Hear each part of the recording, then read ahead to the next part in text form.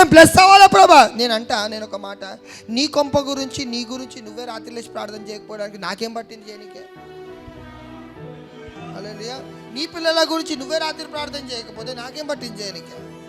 చాలామంది సేవకులు చెప్తారు, నేను నీకోసం ప్రేయర్ చేస్తున్నాను. నమ్మకు, దేవుడు నువ్వు ప్రార్థన చేసేదాకా ఏ కార్యాలు చేయడు. నువ్వు సేవకుని ప్రార్థన కేవలము నిన్ను బలపరచడానికి మాత్రమే. కానీ దేవుని ప్రార్థన నీకు అద్భుతాలు చేయడం మొదలుపెట్టు.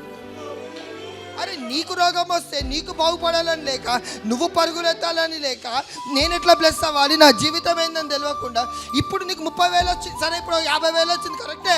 కానీ రేపు రేట్లు పెరిగిన తర్వాత నీకు మా అంటే నీకు ఒక 1,000 రూపాయలు నీ జీతం ఇంక్రీజ్ అవుతుంది నెక్స్ట్ మంత్, నెక్స్ట్ ఇయర్. అప్పటిలోపు 10,000 రూపాయలు ఖర్చులు పెరిగినాయి. ఏం చేస్తావు? హల్లెలూయా. అంటే నువ్వు దేవుని దగ్గర మొదలుపెట్టినప్పుడు నీ ఖర్చులు పెరిగిన కొలది నీ ఆదాయం పెంచడం మొదలు పెడుతుంది.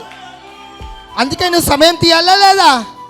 నీ పిల్లలు కానట్టు బిహేవ్ చేయడానికి వీలేదు. నీ కుటుంబం రానట్టు బిహేవ్ చేయడానికి దేవునికి సమయం తీ. అప్పుడు ఏమవుతుంది? చాలా. హల్లెలూయా చెప్పండి, చాలా. అందుకని కొంచెం సమయం కేటాయించు దేవునికి. ప్రార్థన చేసుకుందాం అన్నప్పుడే బిజీ. నీవు ఎప్పుడైతే బిజీ అవుతావో దాని అర్థమైందో తెలుసా? రేపు నీకు ఆశీర్వాదం రాబోతుంది. అప్పవాది ఈరోజు నేను బిజీ పెట్టు.